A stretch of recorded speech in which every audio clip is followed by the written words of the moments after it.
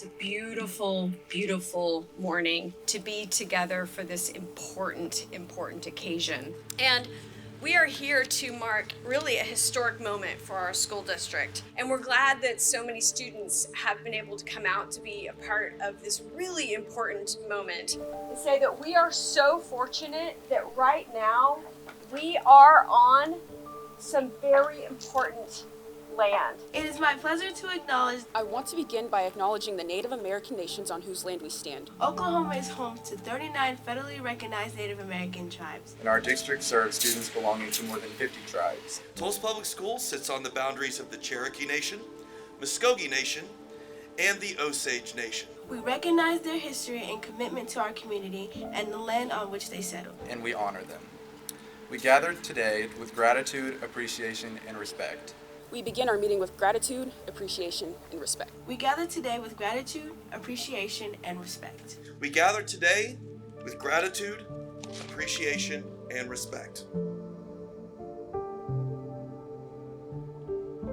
Oklahoma has incredibly rich, dynamic history. Native American history, Oklahoma history is this larger story of the American experience. When the removal period was going on, all of this was Indian territory. The removals that took place in the 1820s and 1830s, the relocation, the dispossession, the movement west to the far western edge of the United States to Indian territory. All of that was divided among the 4 tribes, and later when the Creeks officially split with the Seminoles in 1848, it became 5 tribes. This place where you have a convergence of tribal nations from all over the United States converging in Indian territory.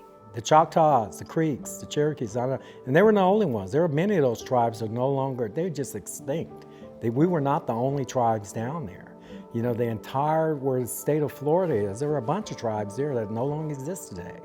They just got totally wiped out of history, out of existence. You know, we don't know who their heirs are.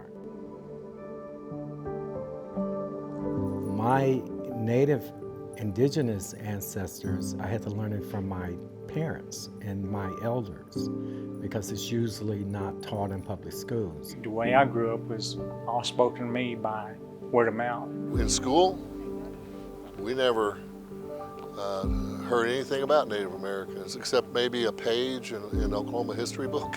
Most things, history included, are complex and not simple.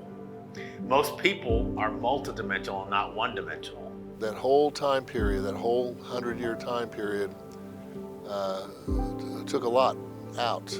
Learn much as you can, because once you lose, the culture, your history, you lose the identity, who you really are.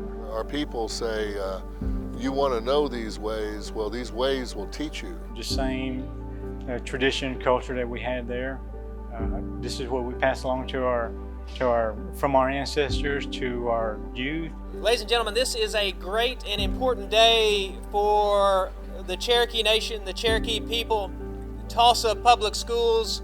But I gotta say something about these flags. It's about the people that live under them. That's what it's about. It means that our friendship is genuine. It means that our future, which is a shared future, is a bright future.